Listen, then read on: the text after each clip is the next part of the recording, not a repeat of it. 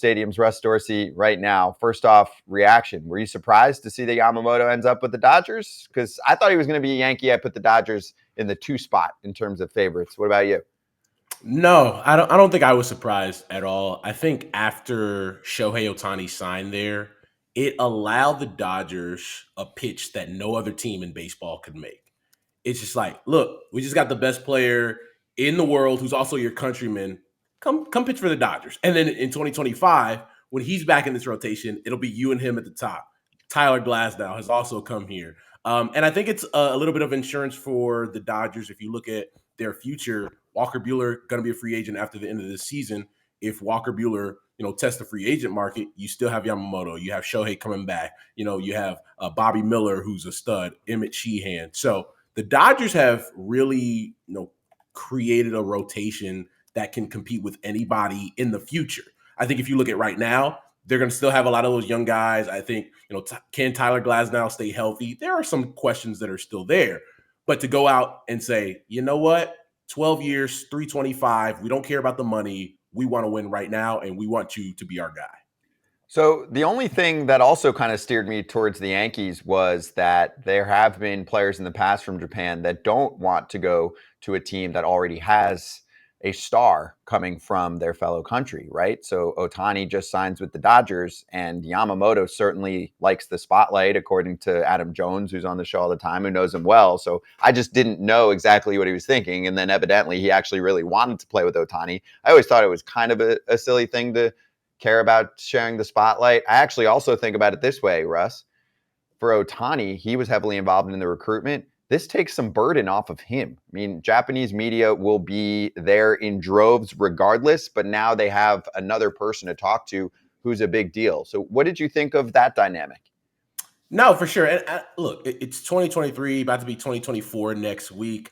Maybe that was the logic back in the day, like, oh, I don't want to be on the same team as another Japanese player. Now it's just like, with the age of social and everybody has a brand and all that, maybe that doesn't matter as much anymore. And look, the times change, years change, people change, society changes. So I wouldn't be surprised if that changes as well. To your point about also having another Japanese superstar on your team who happens to be the biggest superstar in the sport in Shohei Ohtani, it probably, does for Shohei say, okay, yeah, I don't have to be the guy. I don't have to be the one that only people are talking to me. People can talk to Yamamoto as well. And then also you have Mookie Betts in one corner. You have Freddie Freeman there as well. Like, this team is stacked, man. Like, it's loaded. This is a team that you would create on MLB The Show. But I also think, to Kratzy's point before, still got to play 162, right? So many things, and we all know baseball, so many things can happen over the course of a season. Dudes get hurt. Dudes don't perform like you think they will. And so I'm really intrigued by this entire offseason for the Dodgers, because I think this is something that was long in the making for them in terms of going out and getting Shohei Ohtani, and also still having irons in the fire with Yamamoto and Dylan Cease. Then you get Glasnow. So those prospects that they didn't move for a guy like a Dylan Cease, they still have them, right? If they wanted to go out and fill the rest of their needs, they have the prospect capital to do that. And that's what leads to my next question. First off, don't listen to Kratzy. He's most of the time he's wrong. All right, they're World Series champions right now. Okay, either way. What is their next move? Is there going to be something else? I don't mean to jump into this fire. You talk about prospects. What else do they need? Do they need anything else?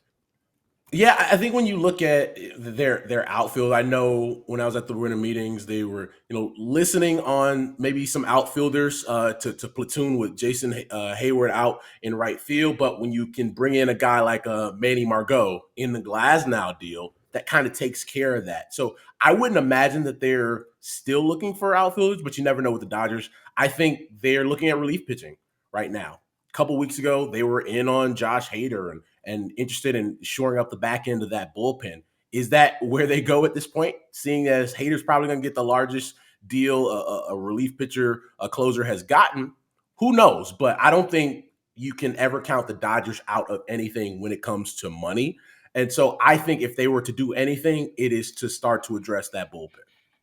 Okay, so in every great competition, we celebrate the winner, confetti. You know who else gets confetti in their hair? Second and third place. Who do you Yeah. feel like is second and third place right now? Looking up at the Dodgers like, oh, man. As blue confetti just keeps raining down on them. Well, the Giants are the obvious choice, right? And for several off seasons now, when you miss out on Correa and you miss out on Judge and you miss out on Harper, you miss out on Machado, at some point you're looking at yourself and think, man, I thought we were good. I thought we were a good choice. Like we had money. And I think you look at their roster now, and obviously they're able to win the Jung Ho Lee sweepstakes. So you bring them in, put them at the top of your lineup, and you look at the rest of that lineup. They're not horrible, right? You have guys that can play in the big leagues, but you ask yourself, who is their big dog? Who is that guy that's going to strike fear in opposing pitchers? And they really don't have that guy. And at some point, you got to get that guy.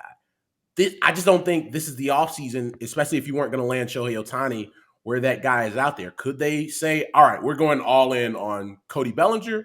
Sure. But is Cody Bellinger the one we saw all of last season that was an MVP candidate? Or is he closer to being the guy that we saw the 3 seasons prior to that? I think they're going to have to ask themselves some tough questions, because are you willing to now overpay for a guy because you've missed out so many times? And one of two things here. Do guys really want to go to San Francisco? I think that's a viable question. I think that's a real question that most people have. Just the same with Toronto. Like, why aren't guys going there? Like, that's the thing. And do you think even if they get one of those guys like a Bellinger or a Chapman, I mean, they're good, but it's not like, oh, we got them. Like, no, their guys are off the board. Like, is it still a win for San Francisco? I think you got to do something. I'm in that area with the Giants, because they had a couple seasons ago that 107 win season, right? Where Buster's last year in the big leagues, he absolutely crushed, right? Played really well, rode off into the sunset. You got the best out of Brandon Crawford late in his career. You got the best out of Lamont Wade Jr. You got the best out of Yaz. And then the Dodgers won 106 games that season too. So it's not like you just wiped out the rest of the division. The Dodgers are right on their neck. And then since that season, they just haven't been able to put the pieces together. Those guys that played so well that year have not played as well since. And so until they can get that all-star MVP candidate in that lineup, I think it's going to be really hard for the Giants to compete in that division, especially now that the Dodgers have done what they've done, because this isn't something that is short-term, right? These brothers are signing 10, 12, 13-year deals in LA. So this is a team you're going to have to see, and you're going to have to see them for a long time. And some fans in the chat right now are bringing up good points about San Francisco, for example. Like, you would trade all of the winning that they had not too long ago for going through some of these ups and downs right now. The problem I have is when you go in on certain players and you don't come out on top because maybe you do need to overpay, like Todd mentioned. Sometimes Toronto needs to do that. San Francisco might need to do that at this current time period based on some of the mediocrity in the past couple seasons and the way that they've platooned and done all of the uniqueness with their starting pitchers that pisses some guys off. And so I'm curious. Let's bring up Dan Shaughnessy's tweet here first in reaction to Ray Ratto, two guys that are very vocal in their respective markets, Ray in the Bay Area and Dan in Boston. So Ray said, the best team in baseball history is all the free agents the Giants were allegedly in on. And then Shaughnessy said, sorry, Ray, the in on Red Sox beat the in on Giants. Maybe a 4-game sweep. So we're seeing a lot of that so far this offseason. And also, I just want to take us to what Peter Gammon said, because this is in reference to Red Sox ownership saying full throttle offseason. So the full throttle promise may be a promise them anything and they'll buy it, may result in better pitching than last place 3 out of 4 years. But it has made Craig Breslow's job more difficult. He didn't deserve an organizational credibility issue someone above him sparked. What are your thoughts on all of that? Yeah, I think when you look at the Red Sox, they are a team that should be at the big kids table, right? They are a team that should be a finalist for all of these dudes. But we're in a what have you done for me lately business. And if you look at what the Red Sox have done lately, it hasn't been sitting at the big kids table, right? Like, I think if you even go back as far as Mookie Betts, why does a guy like that not finish his career in Boston? You have a guy who is, from year to year, a top 3 player in all of Major League Baseball, has so many different skills, a superstar, Yet you say, hey, man, it's not going to work here. All right, Mookie goes off to LA, crushes. And then Xander Bogaerts, guy was the leader in that room, right? A guy who was there from the time he was 21 years old, playing third base, moves over to short, becomes the X-Man there in Boston, doesn't stay, goes off to San Diego. And look, I love San Diego too, so I don't begrudge him for that at all. And then when somebody gives you $280 million, you're probably going to make that jump over to the West Coast, but you're not able to keep Xander Bogaerts in Boston. Rafael Devers, there were a lot of questions. All right, is this the next guy to become a stud in Boston and then leave and go somewhere else? Well, after everybody else is out the door, yeah, we got to keep this guy here. They're able to figure out that extension for Rafael Devers, but outside of Devers, Tristan Casas having a good year last year. Who is that next guy for the Red Sox, right? Is that a guy you're going to develop? Is that a guy you're going to go out and get in the trade market and free agency? They need more in Boston. And I know that fan base wants winning baseball again. You know, they have the guy that they believe is their manager for a long time, and Alex Cora there, but he can't do it with smoke and mirrors. At some point, you need somebody there alongside Rafael Devers, alongside Chris Sale, to really take you in this next era of Red Sox baseball. So they have the pieces there, but the Fenway Sports, they own Liverpool. They put some pieces into Liverpool, but they never make that final push. Are we seeing that same thing with the Red Sox? Because if there was a team that could monetize what Yamamoto brings, it's the Dodgers. They can absolutely dominate the Japanese market with Shohei, and they're essentially probably getting their money back in their salaries already with the other things they're bringing in. They brought over who I thought was going to be the American League Rookie of the Year in Yoshida, and so they could have monetized this. Is there a lack of continuity in the organization because the young guys are coming up, and so the development is doing their job, whether that was Heim Bloom or not? But is it ever going to matter because ownership has seen what, hey, you know what? We did a little bit here and there, and we still won in 18. We bought some teams back the other years. So is it ever going to change? I think it's a good question. I think when you look at what they've done lately, until they prove to people that it will change, I think you have to say no, right? I do think it was important for them to go sign a guy like a Masataka Yoshida, right, who played so well last year, and have him in that same lineup with Devers. That takes a lot of pressure off of Devers. As you guys know, you can't just have the one guy, right? That's a ton of pressure for a guy. You feel like people are pitching around you all the time. So Devers, Yoshida, Casas. Then you look at the pitching side. It's like, look, you went out and you got Chris Sale. You're able to win a World Series with Chris Sale in your rotation.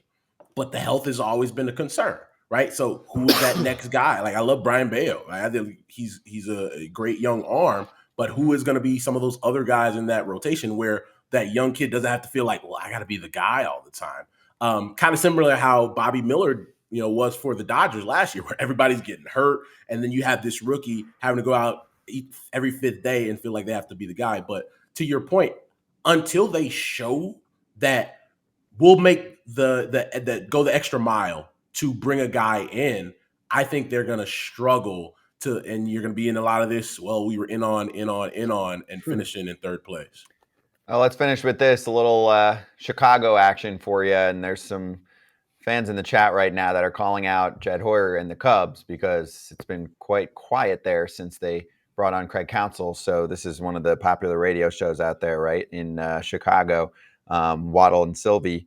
And they said, Jesse Rogers goes, someone told me the White Sox are a major market team that acts like a small market team, while the Cubs are a major market team that acts like a mid-market team.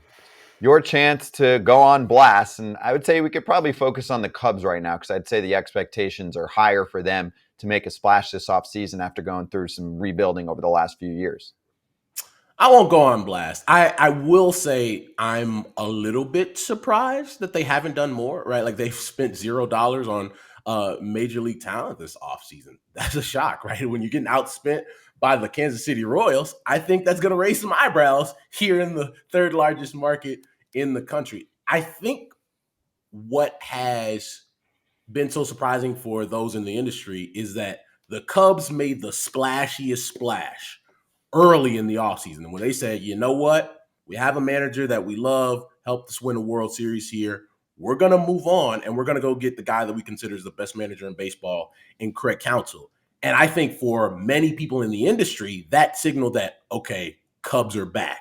You had a team that people didn't know that they were going to play well, played well last season. Last offseason, you add a guy like a Dansby Swanson, right? You extend Nico Horner, you extend Ian Happ. You feel like this was a team that was going to continue to ascend, and then you're waiting for that big move, and the big move hasn't come. So now you're looking at a team where Cody Bellinger was their best player all of last season. If Cody Bellinger leaves, you just lost your best player. So I think this is really a really crucial time for the Chicago Cubs. Now they have a really good farm system, so they're going to have to start using some of that prospect capital, maybe to bring some guys in to fill some of those gaps. But I am surprised that the Cubs haven't done more, at least to this point. They're on the clock, and some people think free agency starts now, and still about half of those free agents that are on the top list remain. So we'll see what happens, Russ. We'll talk to you in the new year. Happy holidays, dude. Same, guys.